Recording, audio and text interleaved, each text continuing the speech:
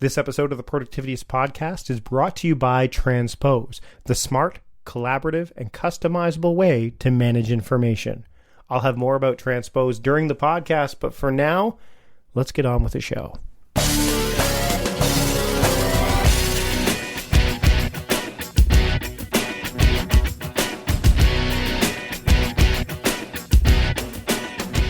Welcome to the show, everybody. It's me once again, Mike Vardy. I'm really happy to be here, and I wanted to share with you today an episode that's related more to finance than to productivity. We throw some minimalism in there as well, but I do believe there's a direct correlation between time and money. If we treat time as we treat money, if we spend too much money, then we end up not saving the money that we want for bigger things, and time kind of works the same way. So I find that there's a definite relationship between the two. And the fact that I'm able to bring a guest to you that lives in my hometown, that lives right here in Victoria, is phenomenal. So my guest this week is Cait Flanders, host of Blonde on a Budget. She runs that site. She's got a lot of great tools, and we talk about those during the show, as well as a project she's working on, which she shares at the tail end of the show as well. If you are interested in hearing more than just this episode and more of this episode, because again, this episode is, you're hearing an aspect of the interview, you're hearing an abridged version, then you can go to patreon.com/productivityist and be part of the Patreon community that is growing in leaps and bounds. And I want you to listen to this and have your finances grow in leaps and bounds, and maybe your time currency grow in leaps and bounds. So let's just get right to it. Here is my interview with Cait Flanders of Blonde on a Budget here on the Productivityist podcast. Enjoy. I'd like to welcome Cait Flanders, fellow Victorian, to the Productivityist podcast. Cait, thanks for joining me this week. No, thank you so much for having me. So the way I came across you, before you even lived in Victoria, was and we had this story, we talked about this at the World Domination Summit this year. There's these social media awards in Victoria. And there's this big ceremony, and I was there with Steve Dotto and Todd and a bunch of people. I think you know where I'm going with this. Yeah. And so you weren't there. No. But you were nominated for an award. And you won an award, right? And I won it. Yeah, actually, I won it 2 years in a row. There you go. So I can't remember. I think this was the first year that you were. Okay. Yeah. And so Chris Burge, one of the organizers, came up to me. I think it was either Chris or Paul, one of them, and said, "Hey, are you willing to go up and accept an award for somebody?" I'm like, "Sure." He goes, "Well, there's WestJet and there's Blonde on a Budget." I'm like, well, I'm not blonde and I'm terrible with money, so let's go. And my brother-in-law works for WestJet, so let's go to WestJet. So that was my first interaction with like the name, like who you were, and I'm like, and then when we ran into each other at the World Domination Summit, I'm like, oh my God, I almost didn't I accepted an award on your behalf. So who did accept the award that year for you? Do you know? I know. This is what's awful about that story, is that I won 2 years in a row and I wasn't there either time. Well, I mean, you were living in Toronto at the time, right? Were you in Toronto? For one of them, I was in Toronto, and one of them I was in Vancouver. So Vancouver, you were getting closer every year, basically. Yeah, like Vancouver. This year you could actually go and accept it. Yeah, I could. But no, so the first year, my friend Dylan Benson accepted it for me. Mm-hmm. And then the second year, my friend Jan Hutchings accepted it. So, yeah, it was... And you have them, they were mailed to you, or did you just wait till you moved here and then grab them? Dylan got me mine pretty much right away. Oh, I'd come home, I think for Christmas, and so he gave it to me a while later. And then my friend Jan got it to me pretty much right away. He actually was also living in Vancouver, but had time to come over. So you've got this mantle. You have a mantle in your place now, where you can put these awards, because they're not small. They're quite. No, they're pretty big. They're these big glass awards that are kind of shaped like BC. They're pretty neat. Yeah. Let's talk about Blonde on a Budget. Let's talk about what you do. And I want to talk, the reason most people are like, well, why are you having somebody who does financial stuff on the show when you're talking about productivity? Well, first off, you're not just about budgeting. I mean, you talk about minimalism on your blog as well, but also time is money and money is time. Like, there's the currency of our lives are basically time in a lot of ways, right? So I want to talk to you a little bit about that, but I want to dive into like what I mean, there's not many people in my audience would know about you and your journey. So why don't you explain to everybody how you got to be Blonde on a Budget? Yeah, so trying to be mindful of the fact of who your audience is. In 2011, just after kind of looking at, ignoring credit card statements for months and months and months. So in 2011, I realized that I was maxed out with just over $28,000 of debt. And I started my blog literally just for myself. It was, sort of the way that people, if you're trying to lose weight, you would track what you're eating or just tracking your calories or your workouts. Or productivity wise, like if you were trying to track your hours, see when you're getting the most work done, where you're wasting time. I started my blog to just track my spending and track how much money I was putting towards debt. So the first 6 months of posts are literally, I would write once a week and I would just write Monday, $2.91 at Starbucks. Tuesday, $2.91 at Starbucks. And it just continued. And so it was literally just for me. It was never meant, when I started it was never meant for anyone else's eyes.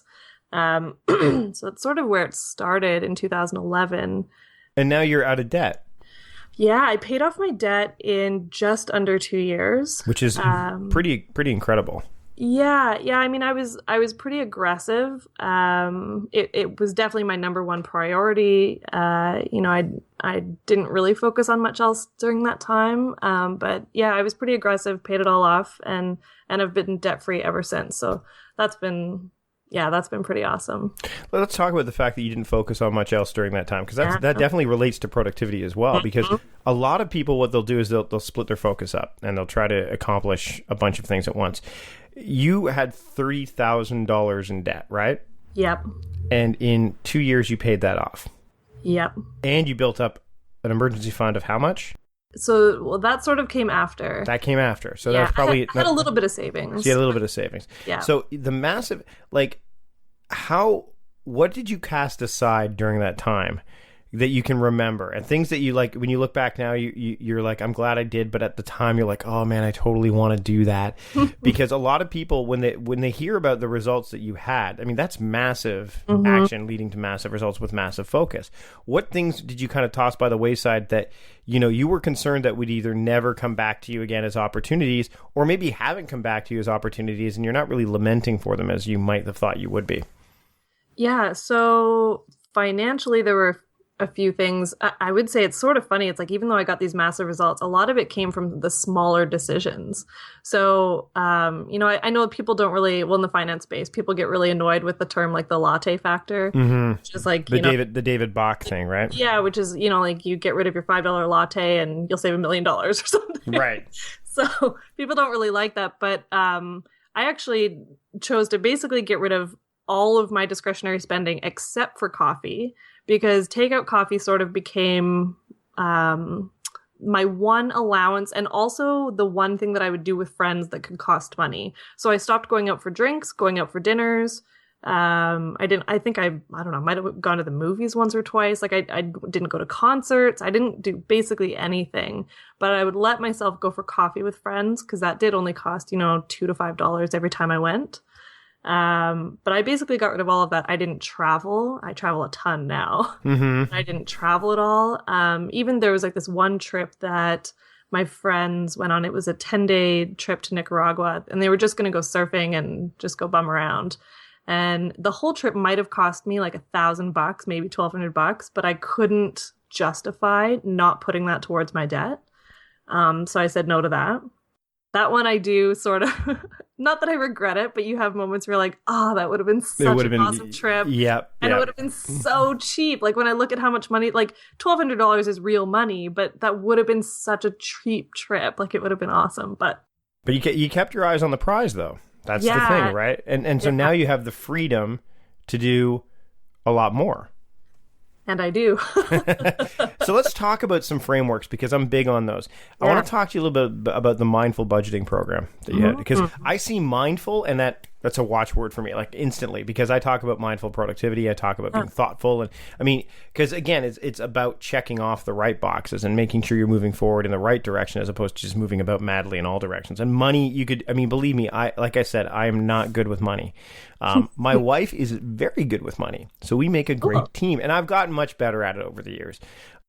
One example would be, obviously the company that I run, I could legitimately qualify a purchase of an Apple Watch because of what I do.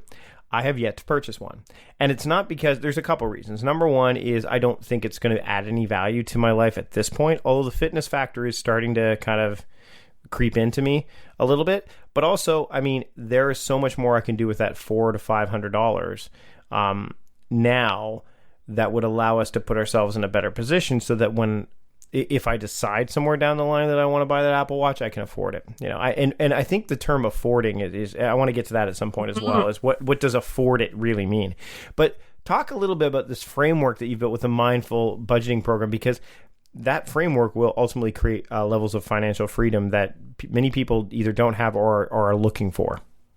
Yeah, so it sort of came from the fact that I looked at a lot of different things. The biggest one is what are the frequently asked questions I get either via comments, emails, Twitter, etc. from my blog. And so much of it is, I'm in this situation, how do I get out of it? And they'll sort of explain some of their financials, maybe a little bit about their lifestyle. And the biggest thing I've realized, and it's personal as well, is that most of the spending we just do without thinking about it. You don't really think about like, okay, today's payday and I have this much and all of that. It's literally like, okay, well, this came up, I have to pay for it, or I want that, so I'm going to buy it. Bill comes, you pay for it. Like it's everything. It's from the necessities to, the wants that you don't really realize you're buying on an impulse. Mm-hmm.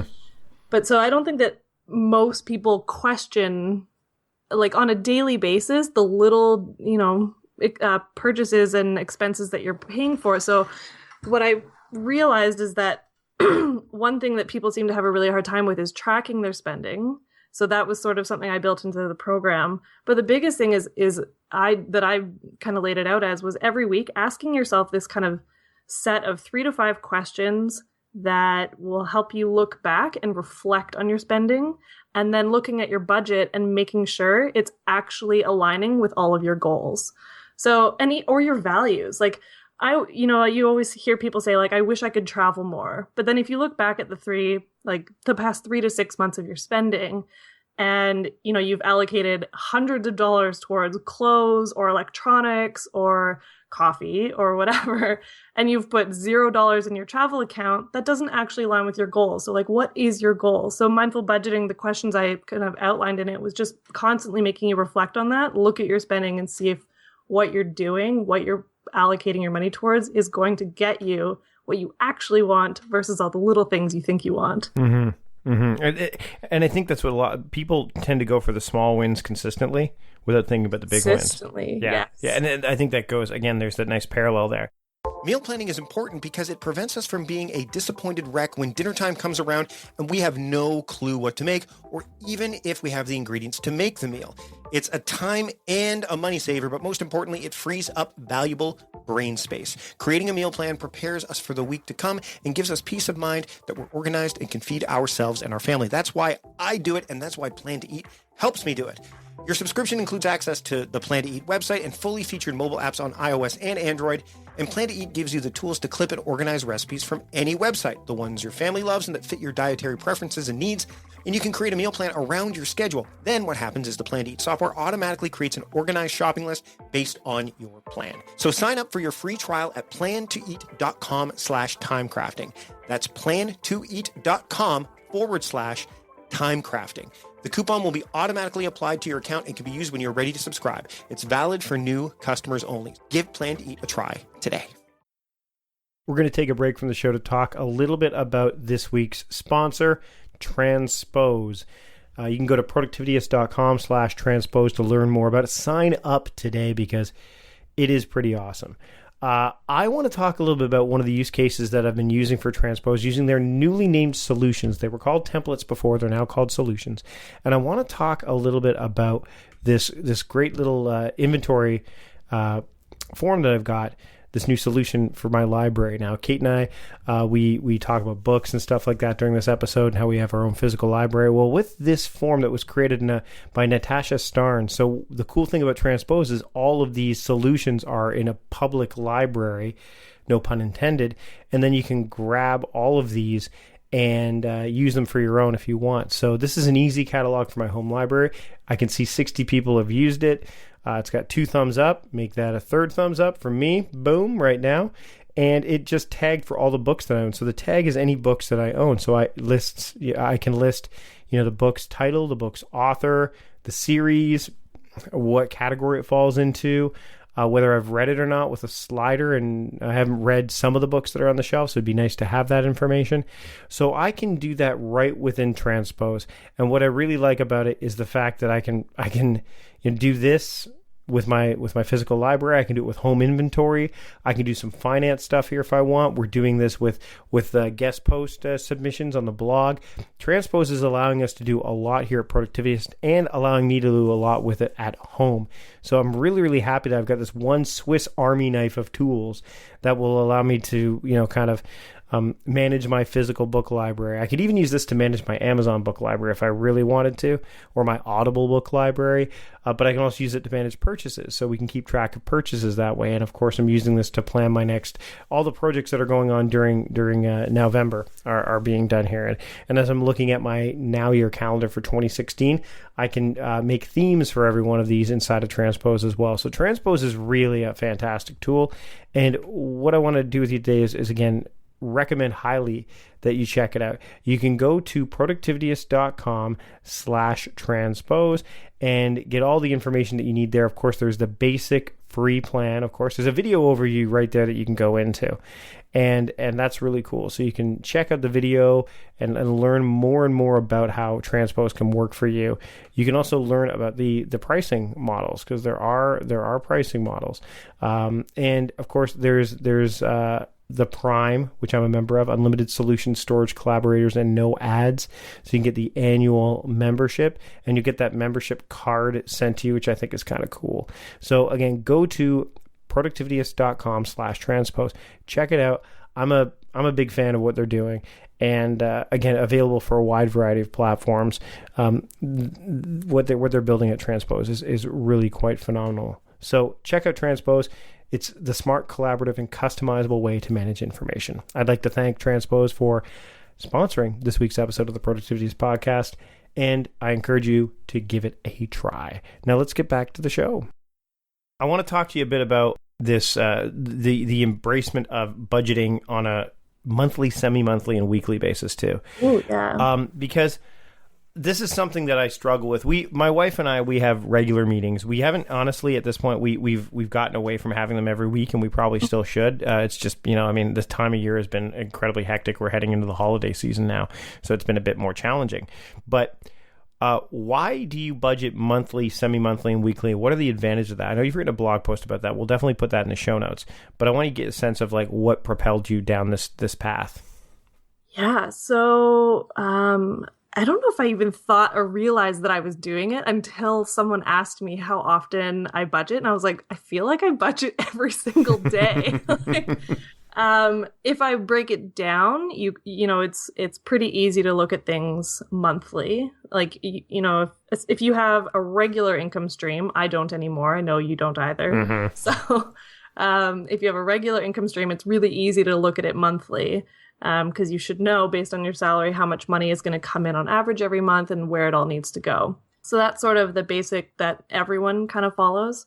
Something that helped me over time was then breaking it up. I did semi-monthly when I was getting a regular paycheck, because I got paid twice a month. So then I kind of looked at it like, what do I want to do with these 2 paychecks? So I've made it so that one of them basically covered all of my living expenses, and then the other one was all my savings goals.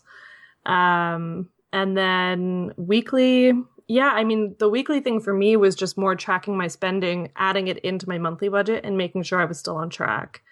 So I wouldn't say that I really look on a weekly basis and say, I have $71.50 I'm allowed for groceries or something like that.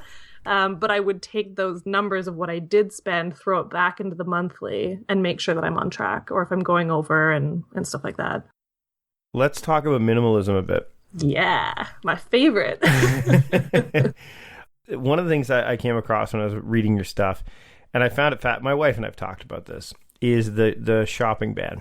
Mm-hmm. When did you wrap that up again? It was last year. It was last year, right? No, it was this year. It was this year. I actually haven't. You haven't wrapped it up yet. No, because what I decided to do just keep going. First year was do a second year, and the second year is a little different. So let's go through that, because I mean there are a lot of people. There's people that have said, I'm banning plastic. A friend of mine says she's not going to use plastic for a year. Other people have said they're not going to buy anything new. I think it was a couple of roommates that said they were going to do that. I think they're based in somewhere else in Canada as well. Yeah, they're in Alberta. Yes. Yeah. And I'll find that and put that in the show notes. But why? First off, why? Why did you go down this road? Because you're already, you just went through, basically a couple years ago, you just finally got out of debt, right? Mm-hmm. And then you're like, okay, you know what? Now it's time to get rid of the stuff that I've accumulated, which I already own. So the stuff that I spent money on that put me in debt is now, I'm just going to get rid of it. Like, was it...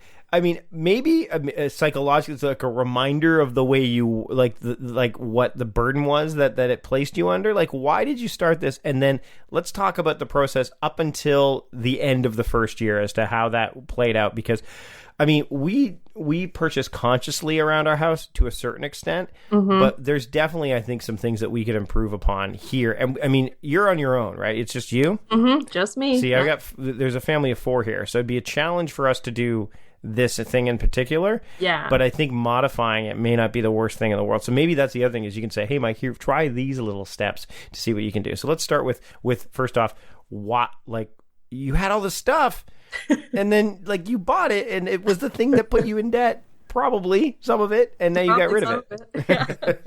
So it's sort of interesting how I decided it. If we went back to the financial part and the budgeting and all of that, basically, like you said, I had all of this debt, I paid it off in 2 years. The next year that followed, so the next 12 months, I was writing these monthly budgets where I would tell myself, I want to save at least 20% of my income every month.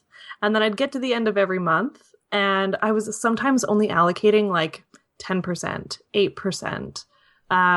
Towards savings. It was nothing compared to when I was paying off debt. When I was paying off debt, there were months where I was putting up to 55% of my income towards debt repayment. Wow. So, what the heck was I doing with all this money again? And why couldn't I put it into savings? So, it came up and sort of was inspired by a conversation I had with my sister. My sister at the time was 20 and living at home and going to UVic full time, so going to university here in Victoria. And she was still working and making money, and she made some comment to me about how she was saving 20% of her income so she could spend the rest. And I think probably because she's my sister and I love her and I just want the best for her, I had this automatic reaction where I was like, but you live at home. Do you actually need 80% of your income? And I sort of decided it needed to be flipped for her. I'm I feel like you should be living on as little as possible and saving the rest. And then I was like, wait, why don't I give myself this same advice? That doesn't make any sense. We're told by the experts, save 10% here and blah, blah, blah. And it's always save X amount and then you can have the rest. And I realized it should actually be the opposite. We should try and live off the least amount possible so we can save the most. So I don't know how I had never thought of this before, but it was that little conversation with her that kind of flipped it for me. And so the shopping ban was sort of 2 things. One is that I realized, looking back at all of my budgets, how little I was saving, that I wanted to try and save more. And I was also looking around my house, realizing how much stuff I already had. And none of it had, A, helped me get towards any of my goals, which is where the mindful budgeting stuff came in later. Right.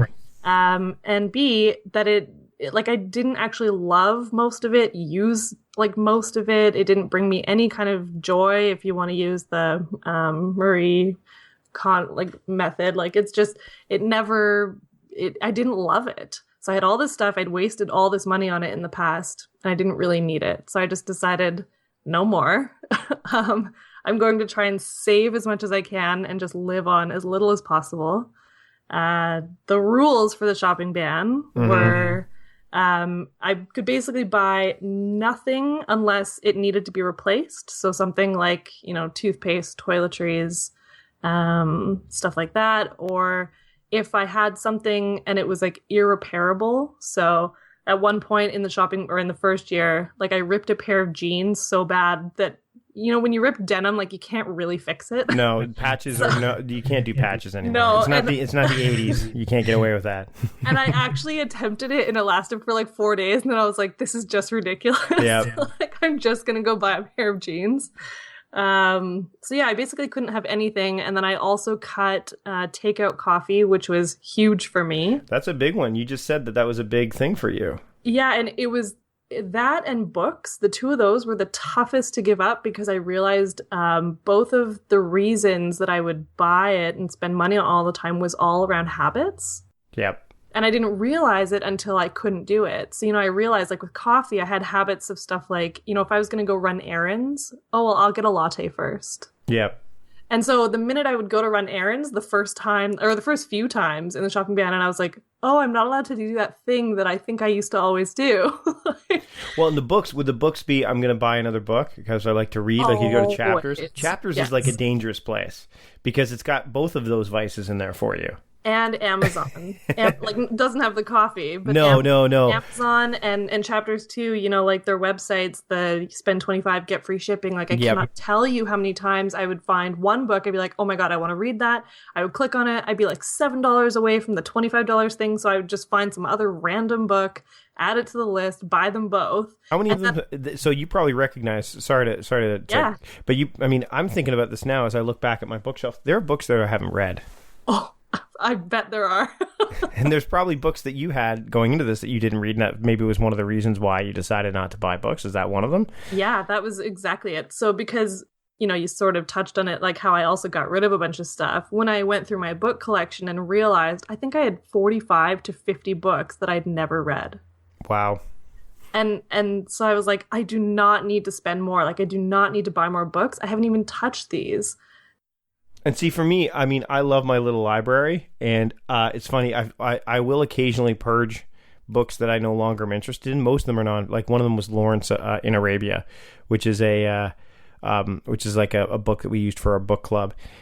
And I basically just put it on I started reading about 100 pages, and I'm like, this is not a book I'm enjoying reading. So I basically put it in you know how they have those little free libraries on corners everywhere. So I put that in there. But I guess the other thing is, I mean, you probably can go to the library to get the books, and then you don't have to buy them, right? Yeah. The library, I will say I struggled with that a little bit because as anyone who goes to the library knows, or at least someone who I will say, like, if you want the new books, the newest and the latest, it can be very difficult. Like, there are books right now that I'm on the wait list for, the whole list for, and I'm like number 34 on 2 copies. Yep. So I'm going to get that in like the summer of 2017 or something. But with digital books, you can get them faster. Yes. Yeah. So it's a matter of just, and I think with the Kobo you can do that, but if you've got a Kindle, that's a problem, I think. Yeah, I have a Kobo, so I'm good there. Yeah. So you finished the year, you bought like only a few things. You bought tires, you bought an iPhone. Why'd you buy the iPhone? Oh, because it died to the point that it just never came back on. Right. So I had a 4S. Yeah, my wife has that. I think we're going to have to get her a new phone because her phone is basically at the point where it's not, Yeah, it would die. Like, it would do this thing where I would just be out, and then, you know, I'd look at my phone when I got to wherever my destination was, and it would just be off. I'd be like, oh, that's weird. And so I'd turn it back on, no big deal. But then, I was out one day picking up a girlfriend from her new apartment, so I didn't know her buzzer number or anything. And I got there, my phone was dead. It never came on. Oops. And I just had to sit outside and wait for her to eventually come down and figure out that I was waiting there. Oh, man. So that was the day I got a new iPhone. Now, I look at the date of this post, so I'm going to put in the show notes. It's from July 6th of 2015. Weren't you heading down to WDS around that time? Yeah. Were you there? Would you have been there at that time? It was just like a couple days before. Yeah, I think I left for WDS on July 9th. So you basically, like, just before leaving, and so, I mean, the interesting thing is when you're traveling, I mean, I used to be the guy that would buy souvenirs. I don't do that anymore. I don't buy anything because you travel so many places that you're like, okay, look, I'll take pictures. That's my souvenir. That's my memorabilia of it. So then you decided, okay, I'm going to do another year. Now, what are the rules for this year? Because you're about 3-4 months into it, I guess, at this point. Yeah, so year two, honestly, the only reason I decided to do it again is because number one, I still haven't read most of those 45 or 50 books. So I don't need more books. Right. Yeah. So it's really the books that are driving you there. It's just books. But number two, when I was looking back and kind of reflecting on the first year, one of the things I realized I wish I had done was kept track of everything that I did purchase. Right. And as silly as that sounds, but it is like the toothpaste, the deodorant, like stuff like that. And I know it sounds ridiculous, but I kind of want to put together this spreadsheet at the end of the second year and just show every little thing I bought, not food, because everyone, I mean, that would be insane to keep track of. You could probably do it if you wanted to. Yeah. You could scan your receipts and itemize it like you could. It's just, that's a lot of work. It's a lot of work. And I also think that everyone eats a different amount of food. Yes. So, yeah. But I want to show what sort of the average female consumer does need to buy in a year. And like showing that I also live a very like big and happy and fulfilled life. For those who don't know, Victoria is not a cheap place to live. No. It's one of the more, I would say it's top 5 in Canada, if not top 3. Definitely. You know, our cost of living is quite high. So, I mean, rents here people are really surprised. I mean, again, it's location. We're on an island. We can walk we're a mile and a half from the ocean no matter where we are in this city. Do you know what I mean? No matter which direction we go in. So it's not cheap. So that's something to keep in mind too, is that a lot of people are like, well, like in the Midwest, they're going to maybe have a bit of an easier time with, you know, living expenses. Whereas, you know, we're and I'm speaking to the United States folks, of course, that are listening, because those are the majority of the people who listen to this podcast. Yeah. But I mean, if you're in the prairies in Canada, like, you know, Saskatchewan and stuff, again, your cost of living is going to be lower as well. So you're living in a city that has comparable living expenses to those that are in the United States of the major cities like San Francisco and even New York to a certain extent. There's a lot of stuff that's kind of priced in the same range. Yep. Oh no, and I've been to both of those cities in the past couple of years. And have friends in both. And yeah, it's definitely not cheap to live here by any means. Even I have friends who are, in bigger cities in Canada, and I tell them, oh, you know, my rent, like in Vancouver, I'm like, you know, my rent's like $1,200. And they're like, what? I only pay $800. I'm like, oh.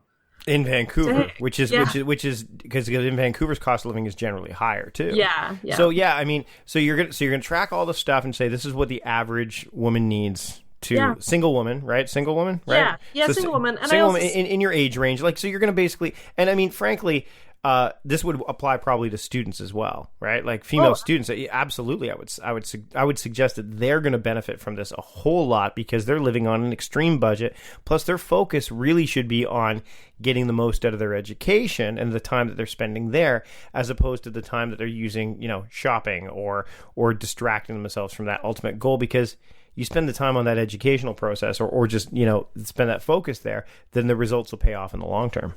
I also just think I hear so many stories of students who are, in university, and they've spent part of their student loans on like shopping or travel and stuff like that. And it's just, anyways, that's sort of a financial topic. But yeah, like if you could just see if you could figure out exactly what you need in order to live, be happy, and not feel like, I don't feel like I'm sacrificing anything right now. And I don't feel like I'm living without. So I don't know if it can model that for someone else. I'm happy to do the experiment for another year. I want to touch on one more thing before we wrap up, and that's why you focus on simplicity, but also the thing that you're doing with a group of other people, including my friend Leo Babata, you know, Courtney Carver's in there, lots of people, called a Simple Year. So do you want to touch on that so that people who are interested can jump in and maybe join you on that journey? Yeah, that is something I'm so excited about. So why I focus on simplicity is, it's just interesting. I was just at the Canadian Personal Finance Conference in Toronto a few weeks ago, which is as dorky as it sounds, but it's amazing. And someone actually said that. They're like, you know, why do you focus on minimalism and all this stuff now? And I was like, because like getting out of debt was great, and it obviously changed my life and helped me shift some focuses. But simplifying has changed everything so much more. Like, it's just taken things to a new level and made me really appreciate who I am, who I want to be, the things that I do own and keep, and all of that. And it's just changed everything it's taken it all to like a next level. And so the coolest thing, like you just said, is that it's also opened me up to kind of this new community of people who I've loved their blogs forever. So I've, become friends with like Joshua Becker, Courtney Carver, stuff like that. And it's been so incredible. And Courtney approached me. So they've been hosting A Simple Year, which is a 12-month guided course or guided through simplicity. They've been hosting it for 3 years now. And Courtney said, do you want to come on this year and do money? And I was like, yes, hello. Because I love what they're doing. Like I've looked at everything they did for the 2015 year. It's so awesome. And so to come on and do money and be part of that is incredible. So the course, it's 12 months. So every month covers a new topic. Courtney covers like busyness and work. Then there's clutter and relationships and food and travel, and I'll cover money. We just, there's lessons every week. There are webinars. If the contributors want to add in more resources. So I'm actually including a copy of Mindful Budgeting in my month. And it's just going to be awesome. So right now, I don't know when this is going to go up, but right now until November 20th, it's 25% off. They got a bit of time left. Yeah. and then it'll reopen in January at the full price. So there you go. Cait, it's been awesome having you on the show this week. I haven't talked to anybody about finance in a while. I don't think ever on the show, really.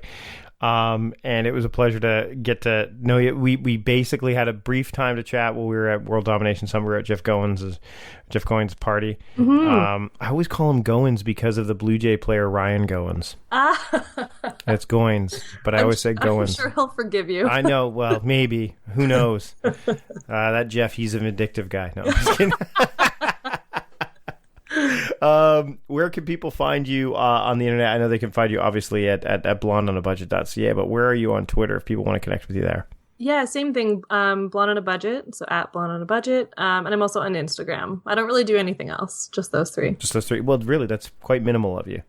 Well, I don't understand how people have time to do everything. No. I definitely hear you. I mean, there's things like Google Plus and you know what I mean? I'm on Facebook. Yes, I am on Facebook. I don't do a lot there. I do have a lot of readers there, and there's great engagement, but I don't do enough there. Yeah, it's again, you have to pick your spots, right? You got to pick your spots.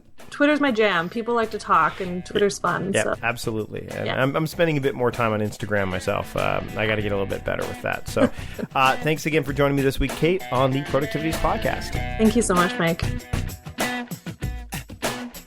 Thanks again to Cait for joining me this week on the show. A great show. I if anything, I need to work on finance still, and that's something I'm going to consider doing. In fact, I'm looking back at these books, and maybe I'll be doing a little bit of not purging of the books, but spending no more money on books this year and even next year, and actually focus on reading some of these bad boys because I'm getting through them slowly but surely, but not nearly as much as I would like. So again, big thanks to Cait. Go to her website, blondeonabudget.ca, and you'll be able to check out everything she's got going on there.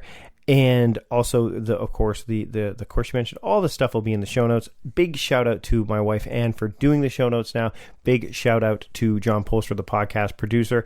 And of course, a shout out to our sponsor this week, Transpose. Thanks so much for supporting the show, Transpose.